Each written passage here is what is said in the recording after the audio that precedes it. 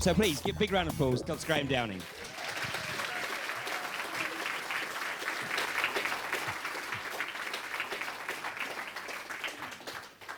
Okay, can you hear me? Yes. No? Yes? Good. Okay, so this presentation will be relatively short, which you'll be glad of, because you've just had your meal. And then, allegedly, we're going to go straight through to the second one. So, a couple of quotes for you there.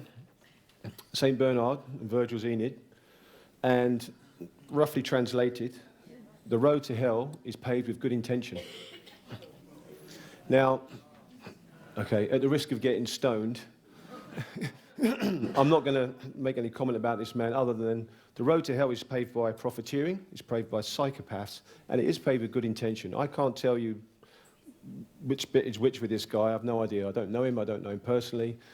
But what I will suggest is this, is that if you imagine you're going to go and take a trip on a boat, okay, and you get a boat, but you don't quite get the safety equipment right, and you don't really do the course you should have done, and maybe you didn't change the batteries on the weather stuff in the boat, and eventually you hit the perfect storm. And in other words, your intentions were good, but you didn't really do your homework properly. And I think this applies to this man. I'm going to take that road. I do understand there's another narrative with this man, okay? Now, he said, we're a bit vulnerable right now. It's something that spread very quickly, like, say, a flu that was quite fatal, and that would be a tragedy, and new approaches should allow us to reduce this risk a lot. There's a lot of discussion right now about how do we respond in an emergency, and how do we make sure that the regulatory and the liability organizational boundaries don't slow us down. So what he's talking about is breaking down all the national boundaries, and then him and his mates centrally dictating what vaccinations and how you should be medicated, okay? That's not a good idea. And he spoke at, I think it was Davos or something. He said, bioterrorism damage could be very huge if it happens, Bill Gates warns. Look at his left shoulder. I think an epidemic, either naturally caused or intentionally caused, is the most likely thing to cause, say, 10 million excess deaths. Is the most likely thing to cause, say, 10 million excess deaths. Is the most likely thing to cause, say, 10 million excess deaths. Do you see his shoulder? Do you know what that means? Well, in certain contexts, it can mean you're not quite committed to what you're saying, okay? And there might be another thing that's going to happen that might cause 10 million deaths. And that it's pretty surprising how little preparedness there is for it. Now, it's tricky because this is a global problem, so you know, how do countries work together? Which countries should put up what resources? Right, so it's a global problem. Yeah, and actually I think already at the moment, I think in the States they're putting forward legislation that if you aren't vaccinated outside of their borders, then you're a threat to their national security. So you can see how the wording goes and how it changes, and I haven't really got time to get into all of that. Okay, one more thing on him. We haven't had a super good response. So the paradigmatic examples are smallpox for an intentionally caused thing, that there was a simulation called Dark Winter that didn't come out very well, i.e. smallpox scored 1 and humanity scored 0. Okay, so who's scared of smallpox? I dealt with this in another lecture, and this is Dr. Mack, and he gave evidence as an expert, as probably the world's expert in smallpox. And effectively what he said was, you know, I mean, don't get me wrong, if someone coughed in his face with smallpox, I mean, prior to that, if he was going to intimately work with people with smallpox, he'd probably get vaccinated. But he pretty much said, look, it's not a problem. You know, even if it was to be introduced by terrorists, it's not going to take hold. And what he also said was, he pretty much intimately, vaccination never got rid of smallpox. You know, it was raising economic standards, it was plumbing, it was hygiene, proper nutrition, and the whole 9 yards. So he's the expert, so we can discount the scaremongering about smallpox. Flu epidemics, where, you know, we always talk about the potential recurrence of a 1917 like Spanish flu problem. There's only one problem with that. Do you know what it is? It was 1918. So he's the expert telling everybody about it. He can't even get the date right, okay? Now, obviously, many, many millions died during that epidemic. Now, I'm going to talk about this in a second. But Microsoft can really tell us about flu, can't we? We can really trust them, yeah?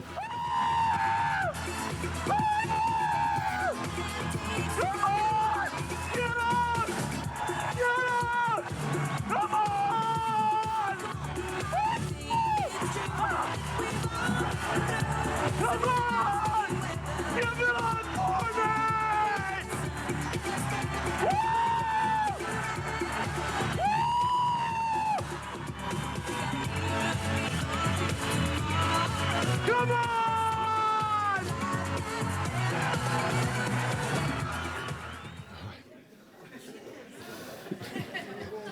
That's the head of Microsoft. I'd buy a computer off him. I mean, they want to fix Windows 10 for crying out loud before they, tell us about pandemics. So we're going to jump straight into what we're going to talk about. So pneumonia, pneumococcal disease, causes all sorts of things from meningitis to sinus infections to ear infections, and pneumonia is not nice because it can kill you. Now, looks like a very confusing chart, but it isn't. If I can move around, so you've got reported cases here, okay? Pneumonia, and you've got weeks in the year. There's not 53 weeks in a year, just the way they write it. All right, and then these graphs here, so if you used to ignore all the top ones and just look at that green line, it's saying the cases that are reported, okay, over these weeks for this year. And then the next line is the next year, okay, so that's the way you see it. And there's a couple of instances where they're vaccinated. Now, I've looked at this data, and I'm worried about it. And I'll tell you why. There's a break. Oh, okay, I'll tell you why in a second. So, first off, one of the problems is when you vaccinate for something, it can cause a problem because it can select for the strains that you don't vaccinate for. And so you vaccinate for 1 or 2 strains, and then 5 or 10 other strains perk up, and they can tend to be a lot more infectious and more dangerous. So you're kind of chasing yourself all the time, trying to clear an infection. And this is what this suggests here. Now, there's also, published this year, a study says, well, that kind of theory we had is a bit old. We've got another idea. What we actually think happens is when you vaccinate to get rid of something, what you actually do is you genetically change the other strains. So what you're doing is you're weaponizing those other strains. You're making them they're much more transmissible and much more virulent. And this is what you see. So you can never, it's like trying to grab water. You're just never going to be successful. Now, coming back to this graph here, and this is UK data, and I'm showing this is under 2 years of age, talking about pneumococcal disease. Now, if you look here, I'll show you. Can you see that break in the graph there? It jumps a bit. I'll go back. I'll do it again. Can you see it? About here. Okay, it breaks. Now, it's interesting. Well, why would it do that? Why would it suddenly jump and the cases really start to kick off? Well, something else was vaccinated there in 2013. They went into the schools and they started to put the spray up the kids' nose for flu. Do you remember that? Okay. And I've been noticing year on year as they're starting to increase this, you see more and more people ill. They just can't get rid of this illness, and it comes and goes, and they feel rotten and horrible. And these people aren't necessarily being vaccinated. They're just, once they start bringing this stuff in, you see more and more people getting ill. Now, if you look at, this is from 2 to 4 years, look at the size of the break there. Can you see it? Go back again? Oh no, I'll put an arrow in there, you can see. It's massive. Okay, and once again, this is the year they brought in that other vaccine. So now, other scientists and people can look at this and pull this apart and argue about it. I'm quite happy for that. But for me, I'm seeing a change, and I'm seeing a change which appears to coincide with another vaccine coming in. Well, why would that be? Well, you don't have to read all of that. This was a study looking at using live attenuated viruses that go up the nose, and it's the same one. And they said, look, here we show that when they vaccinate you with this stuff, the stuff they're putting up your kids' nose in schools, it primes the upper respiratory tract for increased bacterial growth of the very thing that causes those infections, the streptococcus, okay, in a manner nearly identical to seen following the wild-type influenza virus infection. So what you're doing is you're increasing the bacteria that causes those kind of pneumonia and those kind of horrible diseases. Now, that's quite a coincidence. Now, well, why is that important? Why is the 1918, not 1917, Mr. Gates, flu important? Because we were told the truth about it, but it didn't really get out. The CDC published a study, and they looked at this, and what they said was, actually, it wasn't the flu that killed people. The flu is a self-limiting disease, lasts a few days, and that was it. But the flu allowed these colonizing bacteria to grow, and it was them that killed the patients. Okay? So what you don't want to be doing is you don't want to be mimicking that. All right? And they call it a sequential infection hypothesis, and they say it's consistent with that pandemic, and they say contemporaneous experts, expert opinion and current knowledge and blah, blah, blah, all agree with that. So we go back to this. This is the vaccine they're giving to your children. And what it does, it almost mimics the very same thing that happened for the 1918 Spanish flu. Now, the degree to which it's doing that, the extent, well, they're going to have to test it and find out, but no one's looking at this. So let's look at these again. And as you can see, they're vaccinating, but year on year, more people, more kids are becoming infected. And as you can see, the jump. Once again, it's when they introduced that vaccine, okay? And once again, it's a big jump, you can see it there. And what's happening, I think, excuse me, is that this increase in bacterial carriage in the upper respiratory tract is what's causing this increase in pneumococcal disease. And these diseases are serious. They cause meningitis and pneumonia. And pneumonia will kill you dead, okay? And so will meningitis. Now, I need to come where you guys are so I can actually see what I'm saying. Now, this is a recent study. They very rarely will they do a vaccinated versus unvaccinated. Now, this isn't an anti-vaccine. I'm not doing an anti-vaccine talk. It's not about. I'm just looking at data. And they actually found that vaccinated kids, this is about the only study I've seen which is, you know, although it's a small study, it's actually conducted well. And kids who are vaccinated tend to get more pneumonia. Now, they typed the virus, and it was an H1N1 virus that caused the Spanish flu. Okay, so that's good, so we know that. Now, the next stage is, how do we cripple the immune system and spread the infection? And there's something called original antigenic sin. Now, you don't have to read all that writing, and you don't have to be a genius to understand this. I've got my pointer, and I'm going to use it. There you go. So imagine a bug comes into the immune system. It's got a particular signature. Well, the immune system will identify it. It will kind of work out what it is, and then it's ready for the next time that bug comes. If the bug comes again, or another bug that's similar but a little bit different, the immune system will kind of look at it. It's locked in to handle it in a particular way, but it won't be able to handle it. It just won't be able to do it. So that the bug can actually get past the system. It can get deep into you and cause you problems. And they call that original antigenic sin. So if you have a particular infection, the immune system sets up for it, it comes in again in a slightly different form or a slightly different strain, and then suddenly the immune system can't handle it and can't handle it well. Now, the problem with that is, if you vaccinate someone and you lock that person into responding in a particular way against a particular strain, if you then get exposed to a similar strain or a different one, suddenly you're vulnerable to getting an infection. And this was actually, there was a study on this. Oh, wrong one. And they found that people that had the seasonal flu, someone was talking to me about the flu vaccine, a seasonal flu vaccine, they were at increased risk of becoming significantly infected in a pandemic. So if you want someone to get ill and be at risk, serious risk, then what you need to do is vaccinate them annually. You know, now other people will disagree with this, but there's like 4 or 5 people that back this up. So,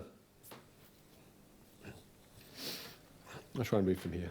So, what are we doing? We're spraying stuff up the kid's nose, which is increasing this very bacteria that they suggest caused the Spanish 1918 flu.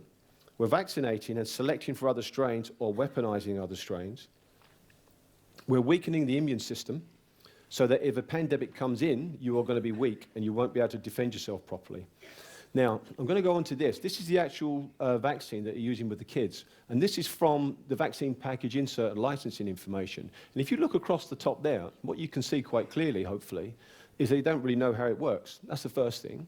And the second thing is, people say, oh, you can't get infected. Who's heard that you can't be infected when they vaccinate you? It won't infect you. Well, it has to infect you in order to work. Okay, that's actually in the licensing package. So when they give you that vaccine, if it doesn't infect you, it's not going to work. Also from there, if you look, it says up to day 3, 50% of human subjects are actually infectious because they're discharging it, okay? And even at day 7, 6% of subjects are still infectious, and you'd need to wait at least 10 days. So if someone's been vaccinated, you'd need to wait at least 10 days that person isn't a danger to you. It's the complete opposite of what you're told.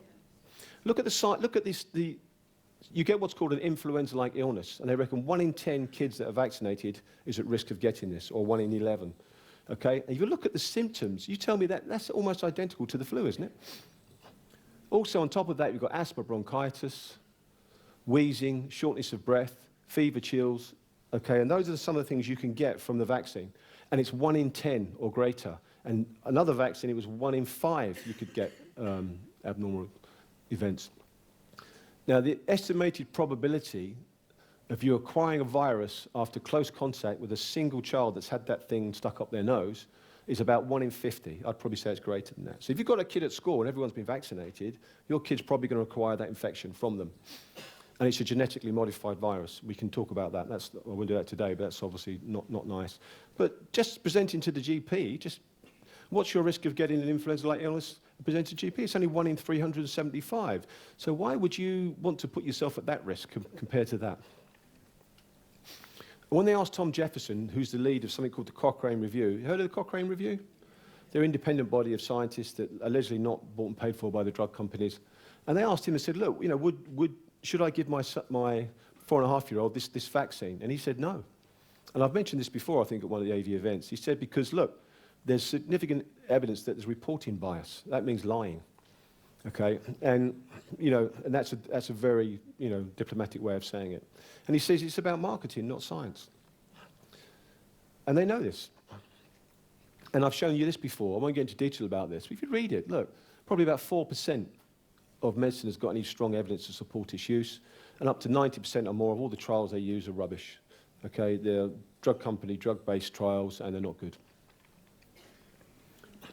You've seen this before. I've shown you this before. It's worth showing you again quickly. This was a paper written, and they looked at the UK, and they looked at the regulatory authorities that oversee the protection of you and your children and what drugs you get. And they're saying, look, this paper says, look, you should be able to trust these people, okay? And, you know, they should disclose all the foreseeable risks and all the rest of it with all the vaccines, and that what they shouldn't do is just lie to you in order to get you vaccinated. And what they found was that's exactly what they were doing. Okay, and that is what they suggest.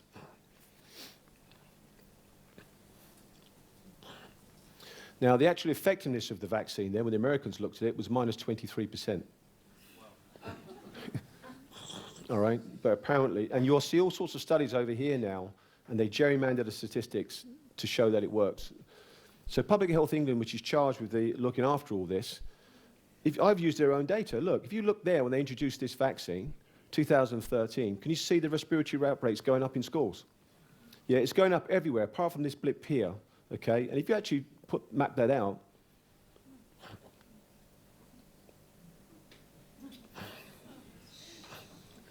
it's a lot. It's a big, and I looked at this and said, well, it's not working. I don't understand why they keep doing this. Remember, the Americans sussed it out. They don't use it. But apparently we still do. So we've got a question there. We're selecting for pneumonia, pneumococcal disease, by vaccinating for it. We're increasing the very bacteria in the nasal, in the upper respiratory tract of kids via a different vaccine. And that has also been shown linked to the Spanish 18 flu. The seasonal vaccines they give make you susceptible to a pandemic. And the respiratory outbreaks are definitely going up. Quickly going to show you a bit of UK research. Don't worry about all these figures. That's just me showing off that I can do a bit of statistics.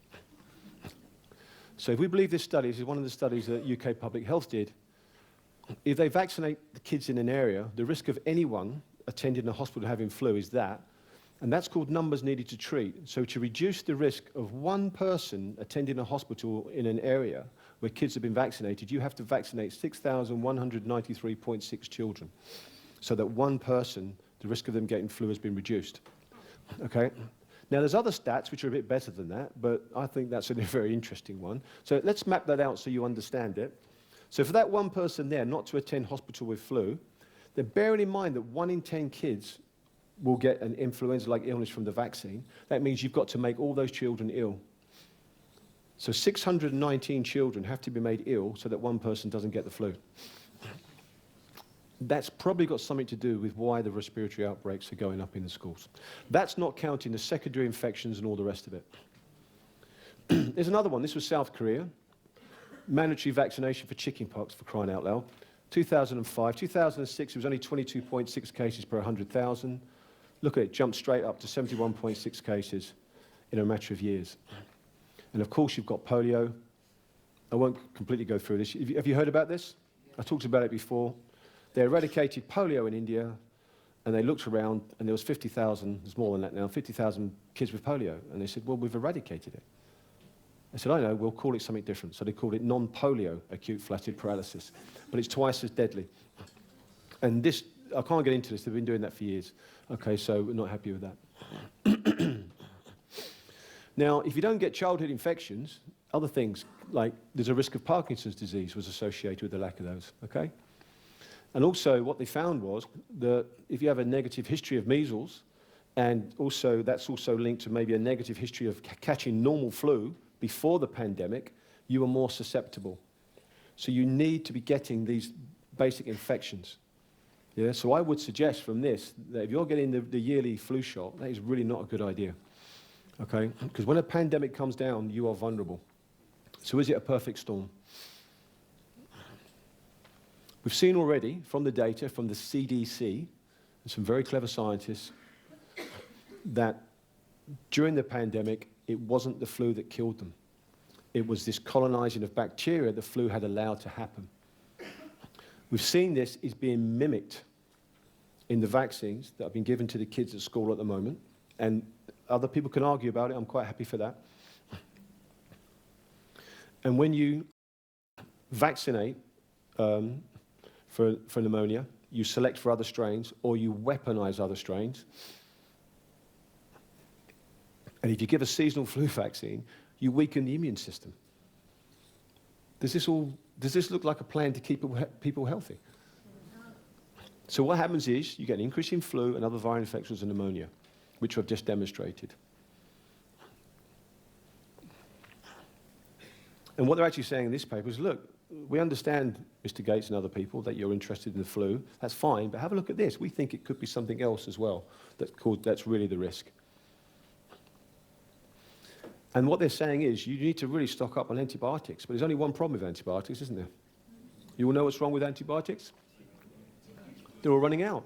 They're saying, look, antimicrobial resistance and serotypes in Streptococcus pneumonia have been evolving with the widespread use of antibiotics and the introduction of pneumococcal conjugate vaccines. So they're saying by giving the vaccines, we're actually causing a problem. And they're actually saying it. And they're saying these areas it's more pronounced, and there's multi-drug resistance become a serious concern. And they're saying, look, after you vaccinate, look, another one pops up. And that's becoming problematic with treatment. A more recent study. What they're saying is you need to be judicious. You should not be just handing out antibiotics like they're sweets. And this really, all this says, is that really you need to get infected naturally. And when you do, you have a wide protection against infection and also against pandemics. And if you don't have natural infection, then that's a problem. Remember this one from the first talk I did? Who saw the very first talk I did here? Anyone? She's the chief medical officer, and she wrote this book. Yeah? And in this book, she was warning about antibiotics. She wrote this story, and I'm just going to... I don't know if I can read it off of here. And now this is the chief medical officer. Look at this. This was her little story. So this was her imagining the future. This is quite a few years ago now. She said, look, a few years later, shortly after Josh joined the primary school, the government passed new laws making it a criminal offence for the infected to be in public. There were talks of random tests in the street. And if you were contagious, you will be committed to one of the isolation sanatoriums that were being built on the edge of all major towns. This was a death penalty. They were referred to as the colonies. Do you know, I still find that disturbing all these years. That's a chief medical officer. So do they know something we don't? And there's another guy warning us about this flu. So they're all going at it. So the question is, if I can see that data, excuse me, if I can see that data, why can't they? Is there a conflict of interest? Is there pressure? I know other people have got another narrative for this. Well, this is UK data again. I'm not going to name this guy. He's not put himself up as a public figure. He's just one of the scientists. This is Dr. X. Okay? Now, this is one of the UK studies. Now, he declares lecture fees and travel grants from a drug company. Well, he works for Public Health England. Now, this may be he didn't receive a lot of money, maybe, or maybe that's just the way it's done. But do you not think that the scientists that are working for Public Health England should be absolutely separate from the drug companies? Do you not think that should happen? Another one, Dr. Y, declares no direct interest. However, University of Surrey, which he's a part of, is involved with something called FluCop and something else. Now, he works for the Royal College of General Practitioners and Surrey. What's FluCop? This is FluCop. It's drug companies. Look at all the people that are in this. All the universities and all the drug companies, all side by side, funding and working with each other. University of Oxford, University of Surrey. So you see lovely studies come out, say these drugs are amazing. I'm not suggesting they're lying, but I think it's very hard to bite the hand of someone that's feeding you. You know, I really do. This is the company that makes this particular vaccine that goes up your kid's nose and causes that bacteria to increase in the nose. Well, they're part of AstraZeneca. And AstraZeneca is part of that FluCop. And this is this whole lovely little thing where they all work together. Now, this is Dr. X, who's on that thing. Sounds really mysterious, Dr. X. I had a look into him and his expense reports. Now, he's been funded by 3 drug companies to work at Porton Down. Now, Public Health have got a lab there, apparently. I was under the impression that was for biological weapons. I could be wrong. It's a matter of public record. I'm not saying anything. I just found that interesting. So, Mr. Gates, we're a bit vulnerable right now. And if something that spread very quickly, like, say, the flu, that would be quite fatal. That would be a tragedy. A tragedy. Because we've got to break down those organisational barriers. Now, is it the Ides of March? Is he a bogeyman? Or is it a perfect storm? I'm going to stick with a perfect storm, although I know others would have a different thing. And there's the Spanish flu, and here's the next pandemic that he's threatening is going to happen. So there's an increase in H1N1 infection. We are getting increased infections and also being susceptible to H1N1. We've got an increase in bacterial colonization, which just before the flu. We're creating that in the children now. And we had the pandemic, and who knows when that one's going to come. I'm more than happy for someone to shoot this down. But I think, at the very least, that questions need to be asked, because from what I'm seeing, they're not making it better, but they are absolutely making it a lot worse. Now, let's have a watch him again. An epidemic, either naturally caused or intentionally caused, is the most likely thing to cause, say, 10 million excess deaths. Is the most likely thing to cause, say, 10 million excess deaths. I would beg to differ on that, Mr. Gates. Now, it was interesting. I was talking to Spencer. He said, "Oh, fear porn, don't do fear porn. You've got to give solutions." There you go. It's built in.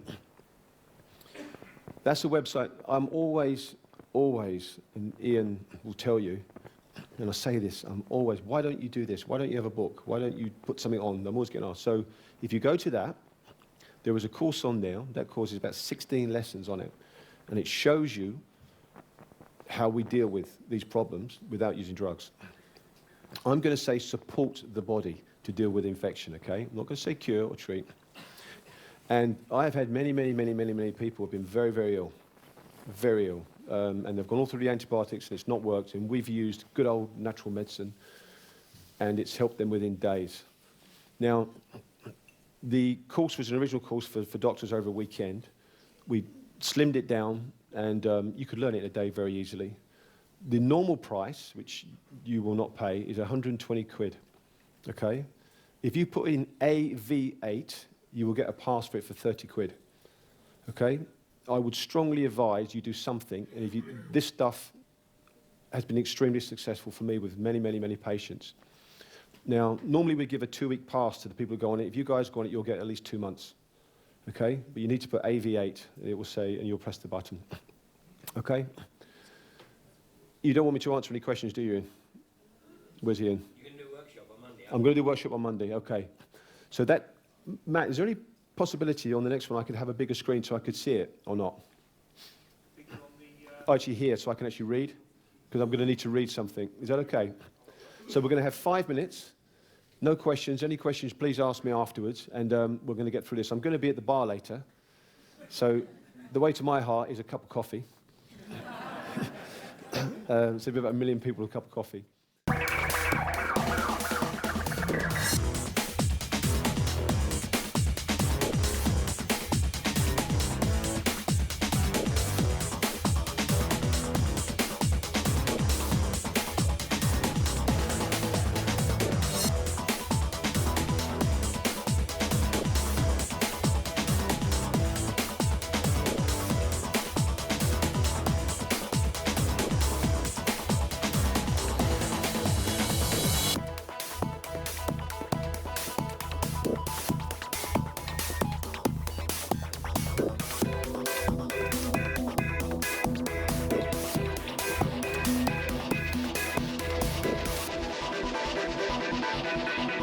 you.